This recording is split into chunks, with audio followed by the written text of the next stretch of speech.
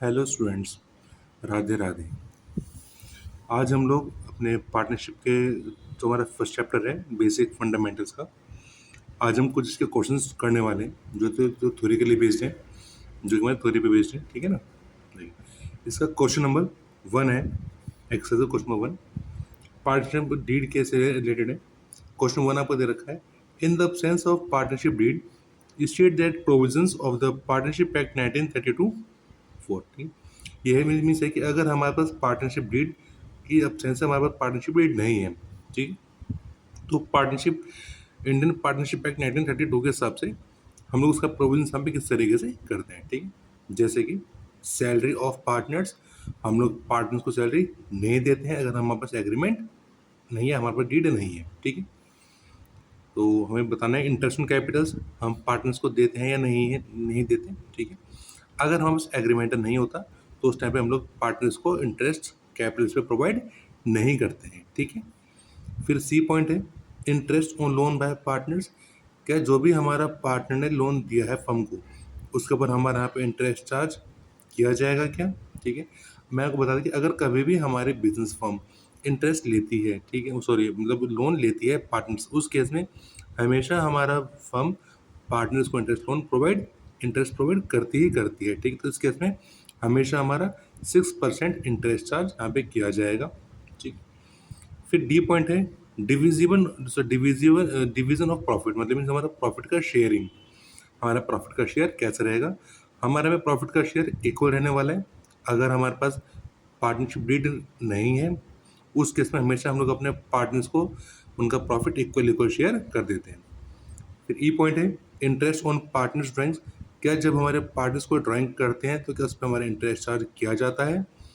ठीक है, दो देखिए हमारे पास जब पार्टनरशिप डीड यहाँ पे नहीं है तो उस केस में हम लोग यहाँ पे इंटरेस्ट ऑन ड्राइंग्स चार्ज नहीं करते हैं। ठीक है, फिर है interest on loan given to partners, क्या जब हमारे फर्म ने पार्टनर्स को लोन दिया, मतलब हमारे पार्टनर्स ने लोन ले लिया हुआ है फर्म से, इस केस में हमारा इंटरेस्ट चार्ज नहीं किया जाता अगर हमें क्वेश्चन में गिवन भी है और डीड हमारे पास अवेलेबल नहीं है, तो हमारा कभी भी चार्ज नहीं किया जाएगा इंटरेस्ट। ठीक है, अगर डीड होती है तो हम लोग डीड के अकॉर्डिंग करते हैं। ठीक है, नेक्स्ट क्वेश्चन नंबर 2 है। क्वेश्चन नंबर 2 में हमारे पास यहाँ पे 3 पार्टनर्स हैं, Mahesh, Ramesh and Suresh, partners form है। They do not have a partnership deed, उनके पास यहाँ पे भी एग्रीमेंट डीड नहीं है। At the end of the first year of the business they face the following issues, अब फर्स्ट ईयर के एंड में वो लोग को यहाँ पे प्रॉब्लम फेस करनी है। अब उनका यहाँ पे सोल्यूशन बताने, उनका भी सोल्यूशन क्या रहेगा। ठीक है, अब देखते हैं फर्स्ट पॉइंट में क्या दे रखा है। फर्स्ट पॉइंट में गिवन है, Mahesh wants that interest on capital should be allowed to the partners but Ramesh and Suresh do not agree.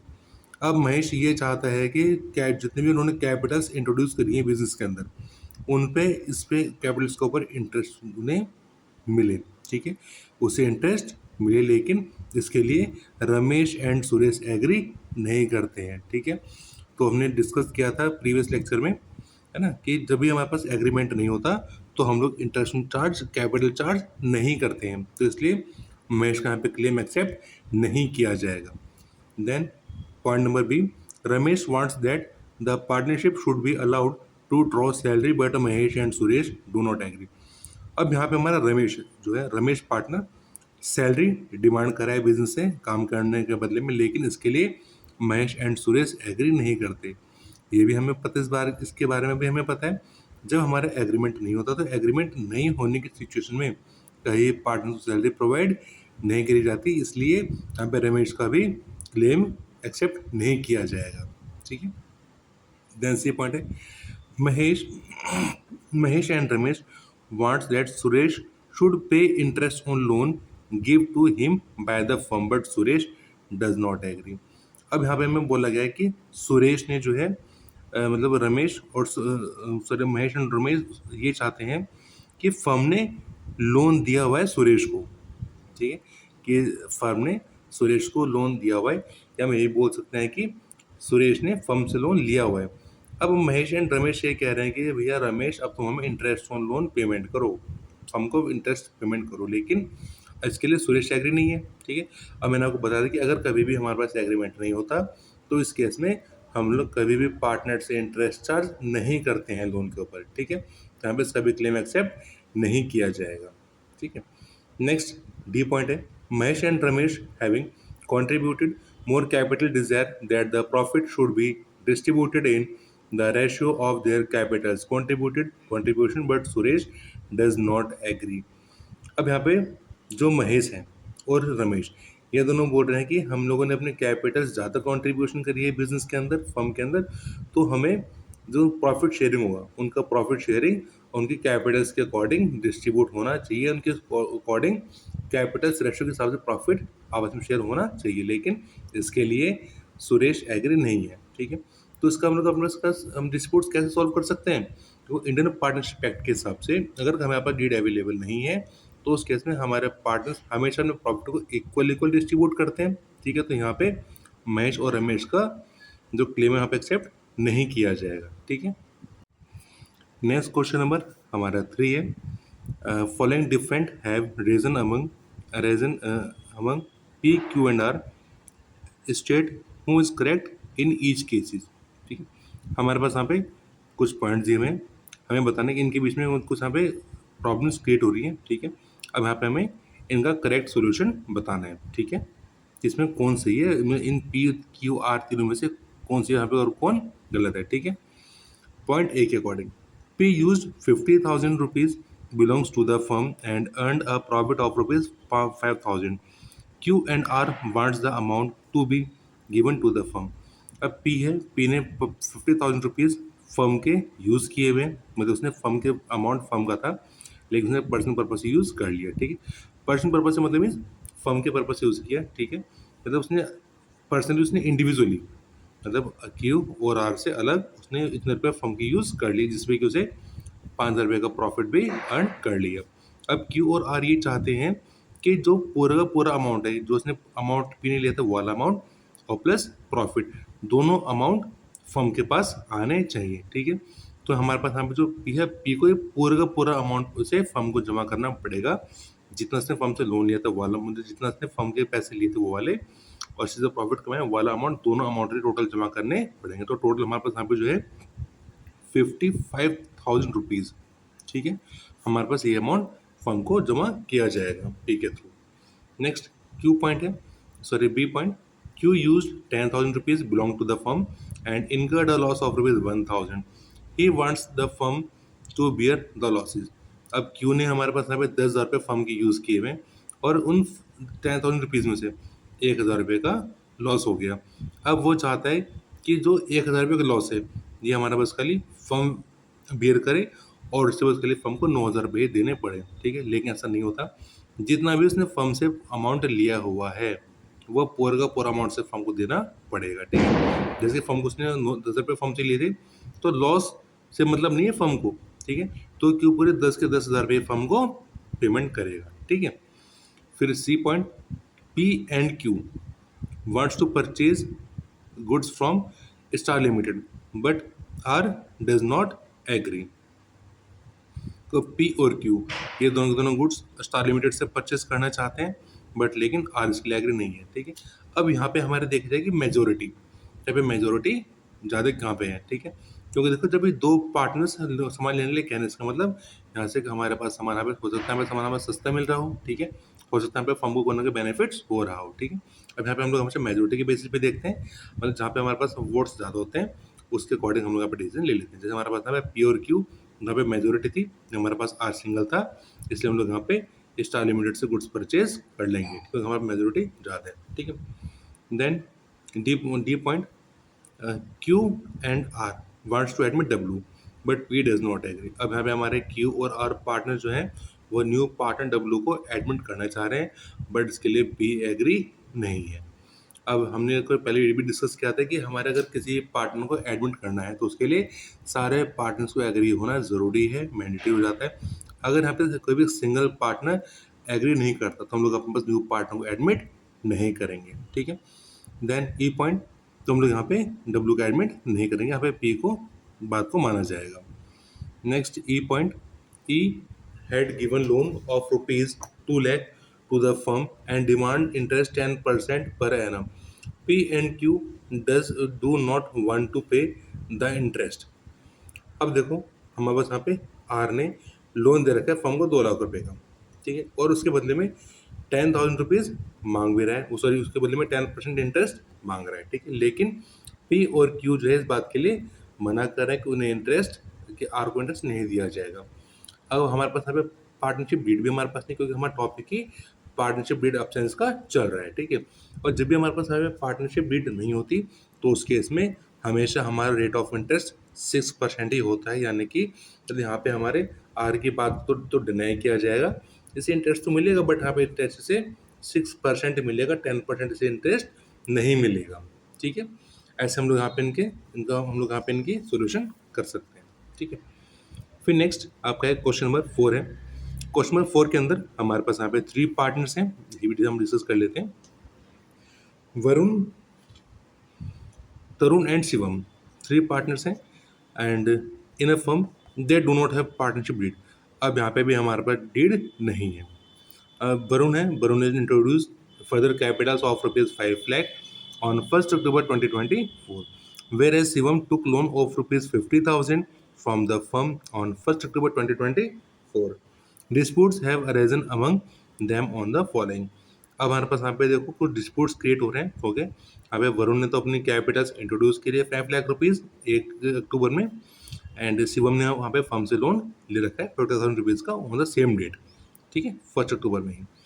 अब देखिए हमारे पास यहाँ पे कौन कौन से डिस्प्यूट्स आ रहे हैं, अब यहाँ पे उनका सोल्यूशन किस तरीके से करेंगे, हमें यहाँ पे वो सारी चीज़ें बतानी है।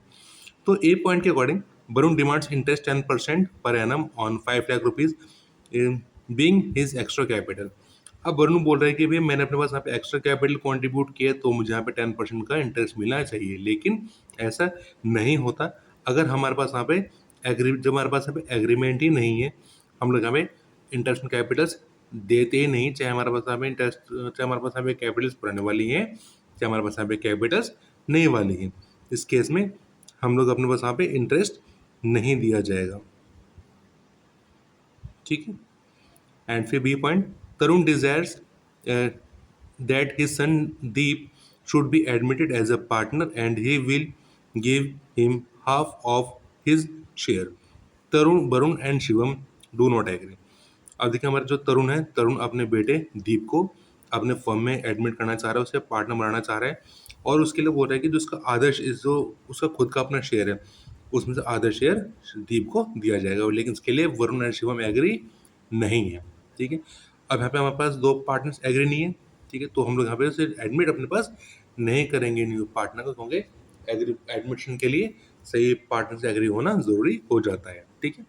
तो हम लोग यहाँ पे उसे एडमिट नहीं करेंगे, ठीक। तो Deep can not be admit as a partner. And D point,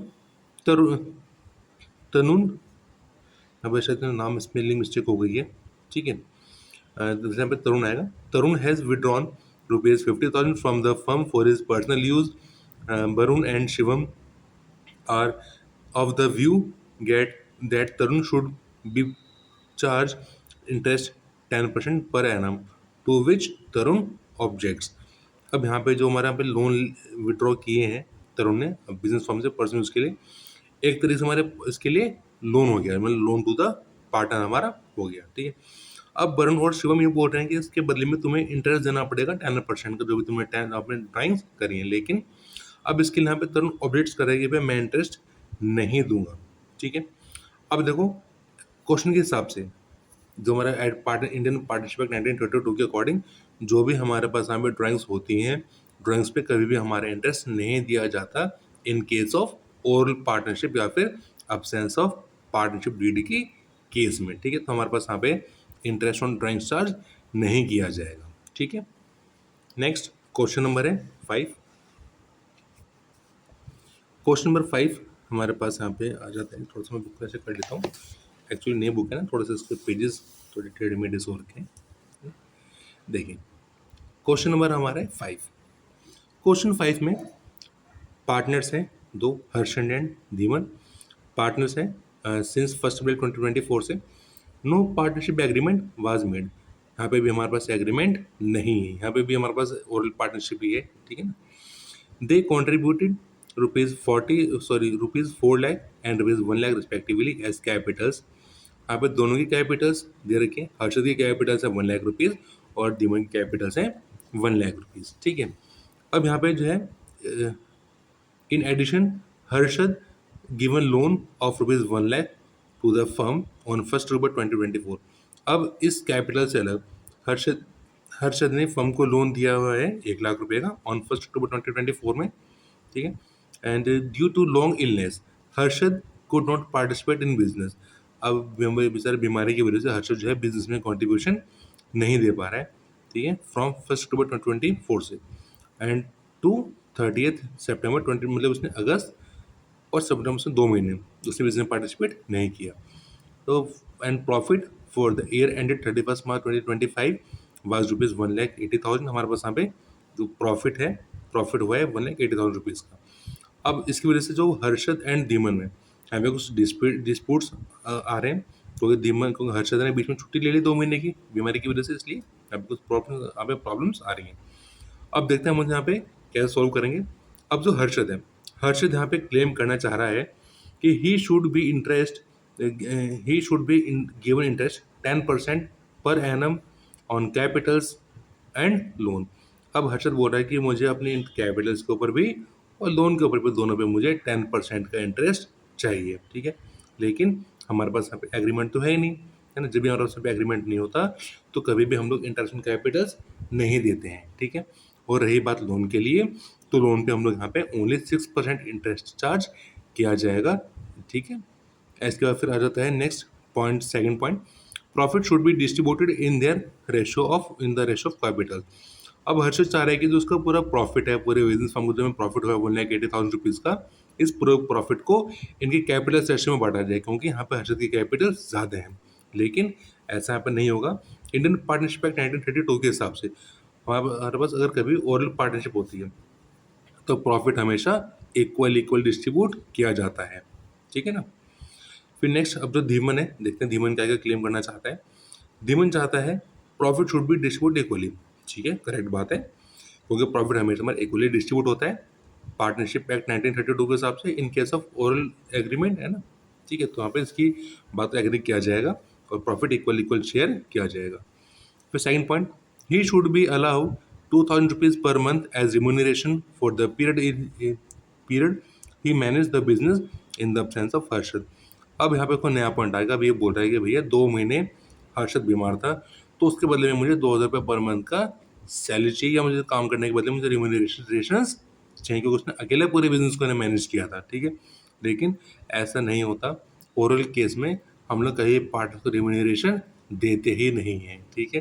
तो यहाँ पे इसकी बात को एक्सेप्ट नहीं किया जाएगा, इसे क्लेम नहीं दिया जाएगा। ठीक है। फिर थर्ड पॉइंट है जो धीमन क्लेम करना चाहता है, interest on capital and loan should be allowed 6%। अब देखो भाई, इंटरेस्ट ऑन कैपिटल तो यहाँ पे से मिलेगा नहीं, क्योंकि हमारे पास यहाँ पे पार्टनरशिप ओरल है, तो यहाँ पे से इंटरेस्ट ऑन कैपिटल्स नहीं मिलेगा। ठीक है। और रही बात लोन की, तो लोन इसने फर्म को दिया हुआ नहीं है, तो लोन भी से नहीं मिल तो उस लोन पे भी से इंटरेस्ट नहीं मिलेगा। ठीक है। तो इस तरीके से हम लोग यहाँ पे हम लोग इनके क्लेम्स को यहाँ पे द सोल्यूशन कर सकते हैं। ठीक है। तो चलिए फिर आज के साथ हम लोग अपनी वीडियो खत्म करते हैं, और कल के टॉपिक में हम लोग अपने आगे के नेक्स्ट क्वेश्चन करके हम ट्राई करेंगे। ठीक है। चलिए student, thank you, have a grateful day. जय श्री कृष्ण स्टूडेंट्स।